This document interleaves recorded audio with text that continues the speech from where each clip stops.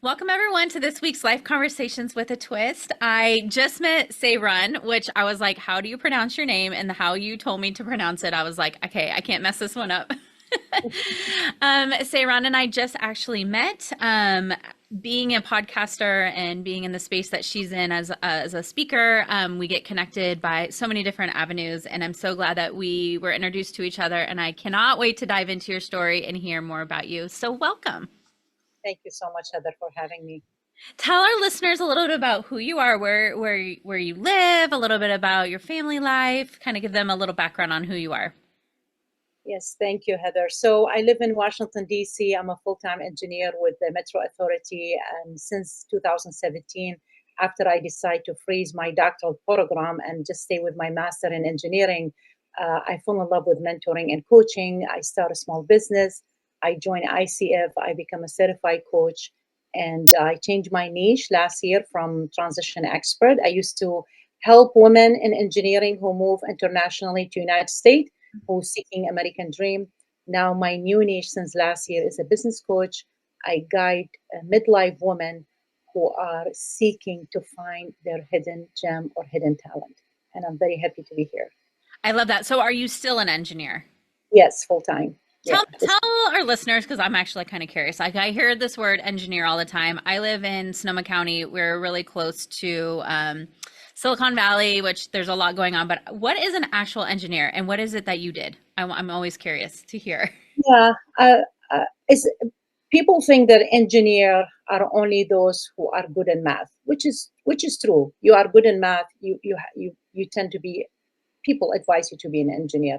I feel engineer are mostly problem solver, even in general life. Like I'm my bachelor civil and my master is in system integration, and I mainly work for transportation and transit.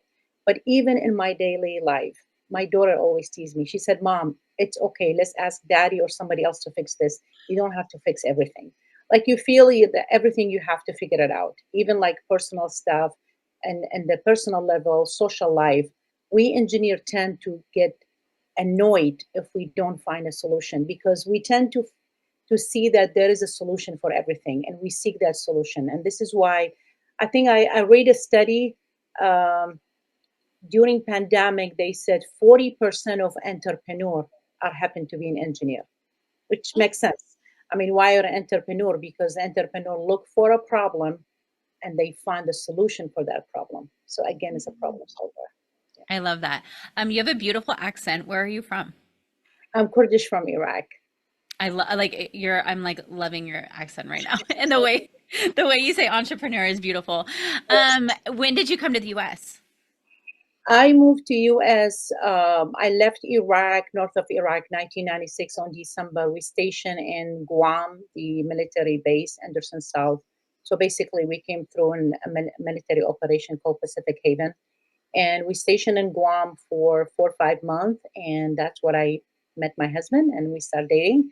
And then we arrived to United States 1997. I used to be in Nashville, Tennessee for a couple of months. Then after marriage, I moved to Washington, D.C., and this is home. I love that story. When you came here to the US, were you already an engineer, or like did you set off here to continue your career, or was that something that was like discovered when once you were here in the US? Yes, when I arrived to United States, I was already graduate from engineering school. I had a bachelor in civil, but I obtained my master degree here in DC. I wanted to know the difference between the engineering platform. It's quite different. The way engineering set up here, it's different than one is in Middle East. For example, in Middle East, either you are mechanical, civil, or electrical engineer. Here, you kind of have to know a little bit about everything. You have to have like the big pictures because when you sit in meeting, you might sit in a meeting with all variety of architect, all kind of system civil. So it's better to know the language and understand the language about all the engineering system. That's so cool. I know you had briefly mentioned that a lot of your coaching was around helping women coming in from an international to like to do a career or whatnot. Was there something along the way that sparked you to want to do that, or how did that like kind of evolve? Yeah, at first I didn't have a niche. When I got my ACC, I was still doing small gigs here and there. And one of the engaging speaking platform, they asked me if I'm willing to write a book or a chapter book with a group of coaches around the truth about the American dream because they were very inspired about the signature speech I gave. And when I started with, I came to this country with $300, but million of dreams. So they said maybe people can be inspired by your own personal story.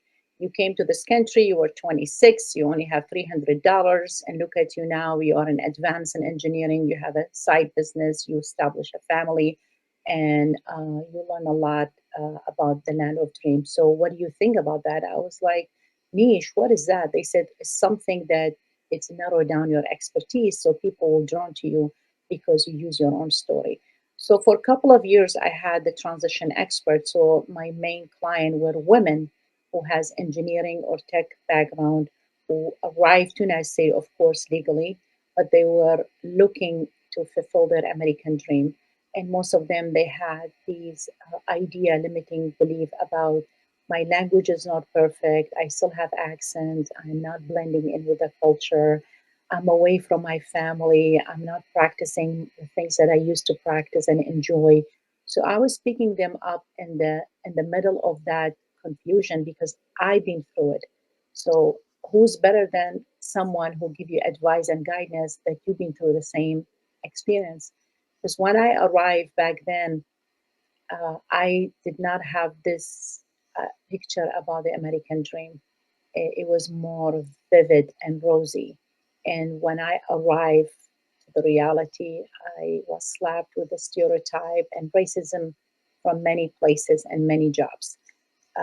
Although I say this is home now, that doesn't mean you're not going to see those obstacles. This is for the international audience who listen to us. That doesn't mean there is no um, unfairness. A job is still there. It will still be there. It Mhm. will never go away 100%, just to talk reality here. But you need to establish the system, how to, I would say, immunization, like how you give yourself this iron cover around your personality in a way you don't really um, get down to critic or negative connotation or negative comment about your skills and degree, and how to thrive and how to take those critic in a way that make you improve and progress better. So it was not easy for me in the beginning, Heather, and it will not be easy for those who just arrive, but there is a hope, and I still believe the American dream is still alive. I love that. I actually interviewed another woman too, similar story-ish, and she was talking about her experience coming over here and the whole green card process and all of that stuff. And it's just it's so interesting because there is that thing of like the American dream, and the American dream is like this beautiful thing that's happening over here. And as somebody who's born and raised literally here in the same county that I live in, it's not easy. And it's not easy for anyone, but like I hate that it has this like stigma to be this like amazing thing. And we all still have our struggles. And when that was another reason why I even started this podcast. It's like there's so many women going through these things and experiencing things in different ways. How do we have a honest conversation about it, about us going through it, whether we've gone through it or going through it, to inspire others that it's going to be okay, and that there are people who've been through it, and to give more resources to people if you're in it, to like say, hey, you've been through it, like how did you get through it, how did you. So I love that. And I did you say you wrote a book? I'm a co-author of a book, yeah, with Oh. a group of women, and I had a chapter. My chapter name is "The Truth About the American Dream." It's only 15 pages, so it's an easy read. I can send it to you, PDF. And you said something about even about you that you're born here and it's not easy for you, and that's a reality because think about the value of things that we gain towards the end of our goal. If it's so easy, like they say, easy come, easy go. If the things come to you and fall in your lap easy, you have to question it. Mhm. because you want to have the sweat and the tears that you went through, right? You want to value it. It's the same thing like you cooking a food. When you cook a good meal, healthy meal, you spend 40 minutes, but you enjoy the flavor of that food in the sense of you having an, um, let's say a fries, which I still love fries, right? You eat you eat a fast food, you get full, but you feel the guilt after that. He said, "Oh, why I eat fries again? I had so much carb yesterday or this morning." Life is the same. Anything come easy, the pleasure is instant. Same like the fast food. You feel you feel the satisfaction, but the satisfaction doesn't last. But when you go through training or you open a podcast and you host a podcast like you are doing now as a side business, it's feel very good because every success on the way, it's the result of your hard work. It's Mhm. not something that I gifted to you. If I come the next day and I gift you all the platform with the system, with the mic, with the technology, with the admin, with the CRM, with everything around it, you will not enjoy it because I gift it ready for you. But because you start from scratch and you build it just like raising a baby Mhm. and see them become a teenager and go to college, you get emotional and cry. I cry after every graduation they went through because I know how much I'm not going to say suffer, but I enjoy the journey that I discover seeing them from kindergarten until they went to college. This is the same thing. You Mhm. gotta enjoy the process. You gotta end up seeing those obstacles and blocks, and that's what form you. That's make you who you are. If I came to US in 1996 with $10 million and get to marry the George Clooney, whatever who he is here, and having all my American dream line up for me, I will not have the confidence that I have right now. I have this confidence because I got so many slaps and no in the way. I Mhm. got rejected many times, even now. That doesn't mean all the doors open for me. No, I do get rejected in many things. And that's not because I'm a bad sources of speaking or engineer. No, that's mean that I have more to improve and grow so I can give a better impact for the younger generation. I wish that, like, looking back growing up as a teenager, or, I guess teenager life, or even like 20s, I wish that I had this knowledge or I listened to women speak around this because I, I feel like that generation like needs to hear this more because it's like you, especially like when you fail, or like my son came home the other day and he was crying because he like failed his math test, and I'm like, it's just a math test, but like you need to fail in order to learn and in order to grow, and it's this concept that the younger generation does not wrap their brain around, and I just wish that like I knew that back then because life would have been a lot easier. Yes, it's a process, and nothing wrong with our kids, your son or my daughter come in with disappointment. I feel like they will learn from their disappointment just by looking at us as a role model. So, Mhm. for example, when your son come back home, if he has like peer pressure or he was bullied or he had a bad day in math, he get a good grade that he expected, and he see mommy, which is you, that even after a very harsh comment through your podcast or someone at your consultation job was rude to you, and he yet still see mommy working hard and she bounced back, she came back stronger than before, he would think about it. He said, if mommy can do it, I can do it too. So what I'm trying to say is, regardless how much you encourage him, telling him it's okay, it's just a math test, he will not listen to you because he's already upset. He's in the experience. But by seeing you being a role model and being a strong mommy, that's what he's gonna pick up. Because kids keep those memories and incident in the back of their head, just like a CD player. And they might not admit and say, Mommy, oh, thank you for encouraging me that I should not be upset. He will not say it to you, but he remember one incident, seeing you bouncing back as a strong mommy. That's what he remember.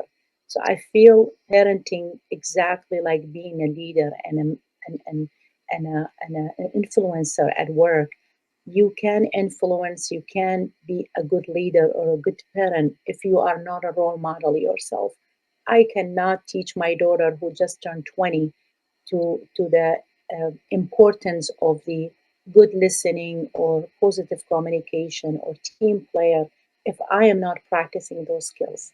Because she might come, you know how this generation now, they talk back to you and they said, Mommy, you're telling me stuff, you don't even practice it. That's even embarrassing, right? Yeah. So I better to do it myself. And when I do it, of course, I'm not going to advertise it to her.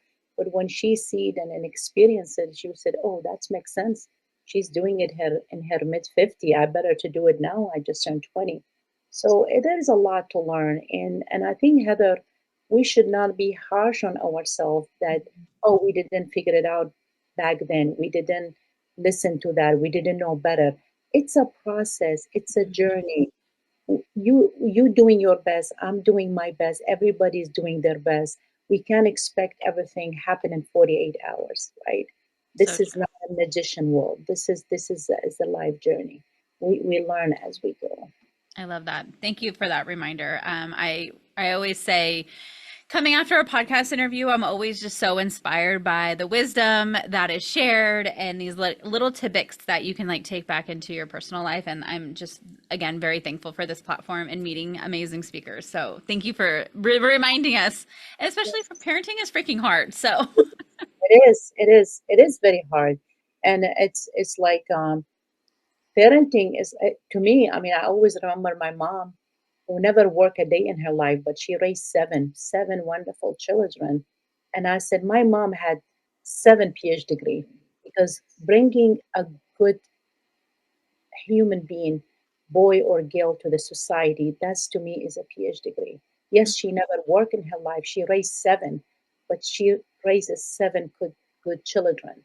So there's a lot of, I feel like not every parent should be called parent or mom and dad, but I feel like that title, it's very precious and you mhm, can't just give it to anyone. agree. They I have to agree. really deserve it. I so agree to that. Okay, so so your coaching kind of was around your story and kind of like what you did. At what point during your coaching journey were you now pinpointed that you are going to help midlife women like find their special gem of what they should lean into? Like, where does this come from? I love this question. Even if you didn't ask me out of Because out of there's always something that's just that like yes, yes, yeah. Um, when I did the transition expert, I loved all those tech younger women who came to this to United States to live their American dream. There was nothing wrong with that, but I felt that I did it in a way it satisfied the needs of the market and the area which I live in. Last year on September 1st, when I decided to shut down that project or shut down that platform, I lost a lot of money the same day. I lost the money, but I gained a lot of money, a lot of experience out of it. I create the money, I can bring the money back. The experience you can buy. The experience is something you earn after you learn your mistake. I found out since I am a midlife woman and I am aiming just like you to make my side project, my side heaven or haven. I don't call it side hustle, call it side heaven or haven to be my full-time thing, right? So I knew each one of us reading book, Jack Canfield Principle, Success Principle, Mastery for Robert Greene. They talk about this before. They talk about life purpose. Robert Greene called it life purpose. What is your life purpose? What is that hidden gem inside you? What is that one thing that you do so well, Heather, that you calculated and measured it better than me? It's podcast, right? So you have certain talent, I have certain talent. We need all to discover that hidden gem and bring it to the service so we can share it with the universe, we can share it with the community and adding a value and impact. And that's happened after speaking, after I'm done with those international women. I had to speak with other women who made it so well in the engineering field, make money, no financial problem. They come to me, they say, we have everything. We have the good husband, we have 8 student kids, we have $2 million house, and we have a good job. I said, then why you are here? We don't know. We don't feel fulfilled. There is no sense of impact. We don't have that sense of belonging. We just go to work, come back, pay the bills, we go to the beach. It sounds like they felt numb. They were numb in their life. It was the routine keep you numb, and hearing, in the car you put the song loud so you don't listen to your inner voice. So I found out that a lot of women in their midlife, they need to discover what is really lit them up. Now, before the recording, you talked about your side business and your whole body changed. Your eye lit up, right? And you had a bigger smile. And I knew right away that's your hidden gem. That's the thing that you really enjoy. And even if I'm not the third podcast or fourth, people have to remind you, hey, Heather, you've been in that room for 4 hours. You are not hungry. You don't need a bottle of water because you don't feel it, because Mm-hmm. you are in it. You are swimming deep inside. This is what you love to do. This is your passion. This is your skills. This is your talent. This is your gem. So I found out that this is a very essential thing to talk about it with midlife women, because we tend to be very harsh when we hit our 50, and we call ourselves old. And when I hear my clients said, I'm old to start something, and I say, how old are you? He said, 52. I said, which book said 52 is old? Well, there is no book. Which manual? Is there is a Bible? Is there is a book say 52 is old? No, I said I'm old. So you said it. So you assume, you label yourself, right? No Yeah. one labels you as old. You are the one who's saying 52 is old. Guess what? I'm older than you and I don't feel old. It's the feeling that you have inside. It's the impact. This is why you see a lot of rich people, they volunteer, because they say we are rich, but we are volunteer in good cause in hospitals and for children, because we want to feel that sense of belonging. We want to see that fulfillment. We want to feel that satisfaction, right? So some of the client I have, they are married a very rich man. They don't need the money, right? But they are bored to death, right? We want to do something. I have other women like me who are doing great in the job, in the day job, but they are seeking towards a retirement to find a small business so they can thrive in. And I Mm-hmm. have other women who they want to pivot. So, for example, I have women who are in the law industry and they work for, they are a lawyer, they have the degree and everything, but they feel depressed Mm-hmm. every time they practice the law, although they spend so many hours and degrees and effort to get that law degree. They don't feel fulfilled. They are miserable. They some of them, they even think about ending their life. And why you reach that point? You don't need to reach that point. You just need to ask yourself a very good question: is this really what I need to do? If I'm in finance now and I make $200,000, which is good money, but if I ask my question, is that all? Is that all what I need to do? Make money and go home and go to the beach and take pictures and pretend to the world that I'm happy, but I'm miserable inside? I Mm-hmm. don't think so. We all deserve to be really joyful in what we do. And happiness, it's a quick things, but joy is last. And I ask people, find that joy and keep it and embrace it. And that's happen when you find your hidden gem, just like you did. I love that. I know you do a lot of like speaking or podcasting around this topic and, inspiring women. But can people work with you one on one? And what is like a one on one coaching session look like with you? Do you have like clients that stick with you long term? Is it something they just need like a month or two of your time and your knowledge and your inspiration to move the needle? What does that look like for you? For my previous platform, when I had my niche with transition expert, I had packages for 3 months and 6 months, because those women, they just arrived to the United States. They were international comers, so they need a long time to adjust and adapt the new environment. For my new niche, which I started last year, actually my package is only 28 days. And people said 1 month is either 30 or 31. I say, yes, it's true. But by 28 days, you'll be so fulfilled and happy that you found your hidden gem and gain clarity. The last 2 days, you're just gonna dance and be happy, like, whoa, finally I found out what is my hidden gem. So how it's worked to work with me, yes, one to one, or I'm an ACC, so I'm a certified coach, so I can even certify another ACC who are seeking to find their niche. I put in my Instagram midlife woman. I still get men calling me because they want the 10-hour session for their mentorship for their ACC.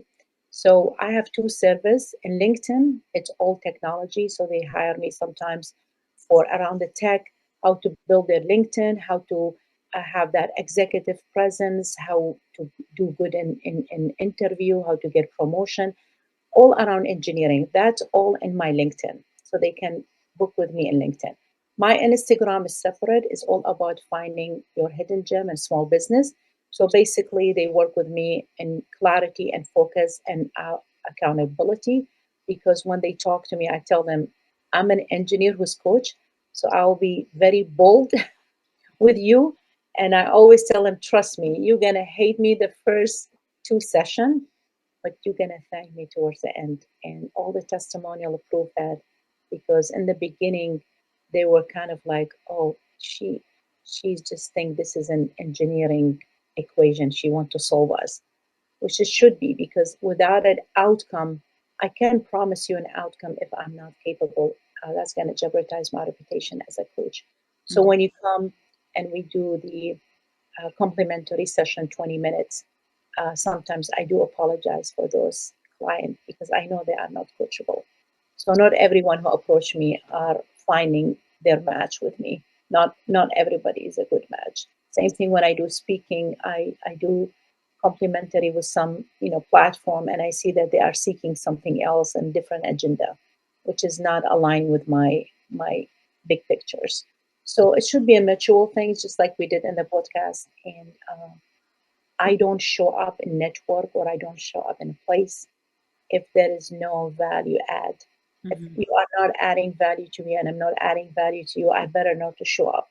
Because in midlife, I'm over 50. I'm very stingy with my time. If I know that I used to probably extrovert, hey, let's go and party in my 30, in my 20, maybe in the 40. But when I hit my 50, I was like, whoa, that's a wake up call. Mhm. I'm 50 now, so I better to calculate everything ahead of me. I'm over 50, but it's I feel like that not only wisdom, I feel the value in every event I attend, because I know how much I can add, and I know how much that event add to me. So it's a both way. I love that. Um, Out of all your stories, which I'm sure you have many of them, what is like the one like successful story that you had coached somebody to find their hidden gem, and like what were they doing and what are they doing now? Is there like one that stands out to you? Oh, yeah, wow. Like is someone doing something like holy cow? Totally, totally. Like, what are you talking about? Yeah, I think man or woman, it doesn't matter, right? No. Yeah, okay.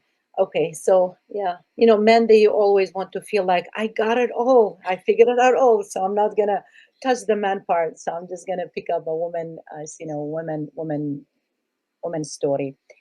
I feel one is that always stick with me. It's a woman who always work around real estate. Like she always was in the real estate business, selling houses. Her mind was always about how much I make. Mm. And she moved from residential to commercial because she knew that she's going to make more money. So every time I was talking to her and I asked her, why are you coming to me? I'm a midlife woman. She's like, I don't know. I have the money. I am making a lot of money, but I'm not happy. And I'm like, what do you mean? I thought that's your goal. She said, yeah, that's still my goal. I love to make a lot of money. I don't want to depend on my husband or my kids. I want to make a lot of money. I want to be all over the place, but I still don't feel that joy. And I asked her, I said, what is really, really make you happy and add joy to your life? She said, I don't know. I love to be around teenage and kids and talk to them. I said, but I thought you are a real estate. She said, yeah, but every time I I end up speaking with younger version of myself, I feel like they need more advice. Then I said, did you ever thought about coaching? She said, no. Is that has money in it? I said, yes. She was always talking about the money. Yeah. And I said, but it doesn't bring you as much as the real estate. I said, do you want to just search it and see what it's all about? She said, oh, let me see. So I sent her the ICF, I sent her the platform, and I told her there is certain hours you have to accomplish, you have to complete those training, and you have to take the test, and you have to pass the ACC. Now she's a coach. She's not doing real estate anymore. I love that. See? He found out that the money it's essential, and going back to her story, Heather, I can tell you money is no, money is important, it's essential. Without money I cannot pay the bills. Without money you cannot live in a house. Without money you cannot enjoy time off with your kids. But sometimes you realize money is not the answer. Hmm. It will solve a lot of problem for you, but no way will buy the happiness and joy. And Hmm. that's what we all look for. We look for that joy. We look to be needed. We always seek to be needed. We want to add. We want to make a difference. We want to add that impact. If that was if we were able to buy that by money, everybody will go to the store and buy impact with money, right? Yeah. The money will take you to places you've never been there. But does the money bring you the joy? I don't think so. Your work, your passion, when you put your heart and soul in a small project, that was what brings you joy, which money cannot buy. One thing that you said was life purpose. And I told you that in between my podcast interviews today, I ran and had a cup of coffee with a friend of mine. And we were actually talking about that because I also do women's retreats as well. And we were talking about how we all have in us like our own life purpose or our story or something hard that we've been through. And like that is those experiences are what need to come out more to like I was saying to like inspire others or somebody that's like going through that because like if you can just change one person because of something you've been through or because of what you feel your life purpose is like that is worth it all on its own. But it's just funny that this like literally just conversation happened like an hour ago. You brought it up again. Yes, yes, yes, all related. I mean, when we speak, I think I'm sweating. I don't know what it is. It's it's the midlife. It's okay. It's the midlife. I have to admit it. No, and I'm wearing full layers, so it's a little cold here in DC. Um, again, Heather, it's we live in this life just searching and looking for better option for ourselves, and the fulfillment always happen. Going back to what your statement you just said, I think it's all go back to the same reason why we're doing this. People ask you, Heather, why are you doing podcasts? What is that? Is it has a lot of money? It's not that. Sometimes when you question yourself about the cause or about why I'm doing this, I'm tired. I done for today. You always end up in this incident, and not just you and me. I hear it from so many people when they doubt themselves. They said, I'm tired, I'm good, I'm paying my bills, I'm not doing the side business. And all by a sudden, why you decided not to do it and laying down and watching TV, you receive a text or an email from someone you forgot about that you helped 4 or 5 years ago, and they will tell her, "Hey Heather, how are you? It's Thanksgiving. I want to give thanks to you. 4 years ago, you helped me during your podcast. You mentioned some life story that changed my life. I just see that I'm obligated to tell you Happy Thanksgiving and thank you for you." And you'll be like, "Whoa, why this email came today, on the day that I decided to shut down my podcast? Why this text came exactly now?" When I doubted my impact, when I doubted my message, when I doubted my ability. Why? The answer is the universe trying to tell you not to give up. The universe telling you, Heather, you're doing great. You are just tired. Take a break. Listen to what the guy said. There is many more who you help that you forgot their name, but they come right in front of you on this Thanksgiving telling you thank you. So what does that mean? That's mean continue. If you are tired, stop, pause, but don't ever give up in your dream. It's all worth it. I love that. One thing too that I wrote down because I always write down lots of notes when you're speaking.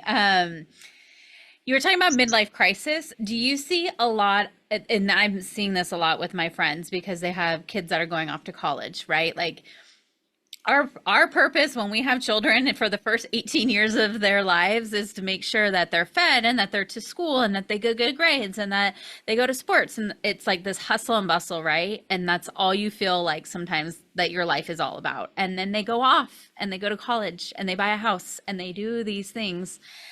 I'm finding a lot of my friends having that midlife crisis of like, now what?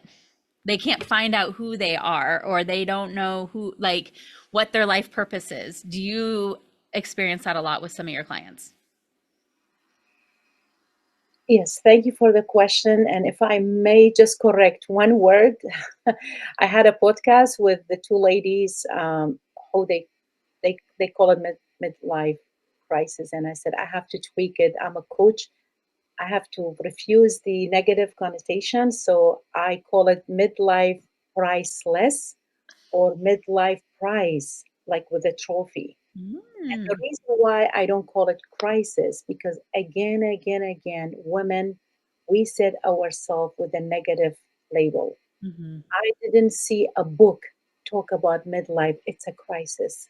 mm-hmm, I haven't read that book. And if you have that book, please send it to me because I haven't seen that book. It's priceless. Why? And I'll give myself as an example. My kids are 22 and 20. They are 18 months apart. I'm not going to keep them forever in the house. They're going to leave one day with their partner. They're going to rent a place and they're going to get married and they're going to have their own family started. I did not bring those kids to life so I can own them. I don't own them. I happen to be their mommy, raising them, giving them good principles so they can start their own life. When they leave again, another negative connotation, they said empty nester. Why it's empty? Make it full. Fill mm-hmm, it with your side heaven. Fill it with a podcast. Fill it with new friends. Fill it with activity. Fill it with hobbies. Why you call it empty nester? Again and again, women, we label things that make us feel lonely. Oh, my kid's grown. They went to college. They left me. Left you? What does left me mean? They start their own. Do you want them to glue to you the rest of their life? mm-hmm, That's not fair. You didn't bring them to this life to be glued to you. You bring them to this life to experience and have joy the same way you did with your parents. You never been glued to your parents, right? It's not in contract they have to live with me forever. There is no such contract. So there is no midlife crisis. It's not crisis. You reborn after 50. You reborn your skills and hobby and talented after they leave because now you have the wisdom, now you have the time. When my kids leave the house, I can go to a smaller house. I have more financial freedom. I can travel more. I can be in places with my husband. Why it's an empty nester? I fill it. I can fill it with a lot of good things and I can share that empty nester, they call it, with the more memory with their kids, mm-hmm, right? So why we label things, we women, we label the stages every decade of our life with a negative connotation. Then we blame the man. The man didn't tell us to call it crisis. There is no man tell you, oh, you are miserable, you're empty. We label those things and we blame others and we blame men, we blame the society. I think by tweaking the word, it's help us because subconscious and conscious we can separate them. If I call myself I will be miserable next year because my son is leaving, I am saying that things to myself. Nobody give it to me. I am manifesting the miserable status, right? So mm-hmm, going back to what you said, yes, the client come to me and the minute they say crisis, I correct them. I say, you're not going to be my client if you use negative connotation. They said, but it is crisis. I said, what did you read that? She said, I read it everywhere. I said, send me that book. Is it a Bible? Is it something like legit? Is a manual? She said, yes, no, it's people call it. I said, people calling it. You are one of those people. Be the other kind of group of people that you use a positive connotation and call it a reborn, call it a priceless stage, call it a prize with a trophy because now you have the time to discover yourself again. This is your time now. You raised them for 18 years, they went to college. You spend every time taking care of them, taking them to the dentist, to the doctor, open house, donut with dad, bagel with mom. You done all of that, chaperone and their picnic. We've done it all. Now, when they left, it's your time. So, actually, you know what? This is the reborn. Hmm. You have to thank them because they are starting somewhere else, and now you can start your own thing. So, this is the best time when they come to me. They said, "This is your time. This is the time that you start that bakery, a place, factory, clothes, whatever you dream about since they were little. Now it's your time to build that business and thrive." So it's priceless. It's Did you hear priceless. that, moms out there who are in that time period of their life? Yes, and So true. it's true. And I have to tell you from my experience, I I was never this much fulfilled and and felt confidence until I hit my 50. I doubted myself. I was always seeking validation in my 30. I always felt like people owe me something. They have to clap, they have to cheer for me. Oh, great job. When I hit my 50, I found out that I said, you know what? If I'm competent and if I'm really know my numbers and my fact, and I read enough to know what self development is, that's outside validation. It's an accessory. It's an extra. If people still say you did a good job, if you are not feeling you are doing a good job, then the whole world clapping for you doesn't mean anything. Hmm. Oh, so good. So, so, so good. Is there anything else that we didn't talk about? Anything that you've experienced or anything that you want to leave the listeners with? Yes. I One things I've found out on the midlife again, the things that really scare you the most before in your 30 and 40. Let's say writing a book, opening a podcast, teaching a podcast to other, opening a business, do things by hand, anything that's scary on your 30 and 40. When the midlife happen, remember this. If you start small steps towards the most things that scare you, you're going to come out of that experience the best version of yourself. And I'll give you an example. Let's say you done so well in your 30, you done so well in your 40, and someone came to me and said, Heather, oh my God, the way you speak is beautiful. You are so close to heart. You have such a compelling, message. You captivate the audience. I love the way how you speak. Have you ever thought about doing a TEDx or TED Talk? And you'll be like, whoa, whoa, whoa, no, no, no, no, I'm not doing that. He said, but why not, Heather? You are wonderful. You should do. That's one thing scary the most. If you do it, you will feel so much freedom, and it's like a checkbox. Like you say, oh, that's the most things I was afraid of to do public speaking. When you do it, Heather, you came out like 10, 10 times better than when you enter it. Because when people touch the things that scare them the most, that's when they really reborn. Because if you continue doing the same thing, you're not going to grow. You are doing the same thing. You're doing a podcast now in California. If I tell you, Heather, let's go to Dubai, and you do a podcast with a lot of people who only speak Arabic and their English is very minimum. It's like, oh, I don't want to do that. I'll be scared. I will not be fit. I will not be a good match. I said, let's do it. Trust me. When you do that, one thing scare you the most, it's the best things happen to you. So I encourage every woman who listen to this podcast to go and seek what is really scaring them and start doing it. TED Talk scares the crap out of me, so thank you for that reminder. Oh, I know. Oh, I know. I just felt it.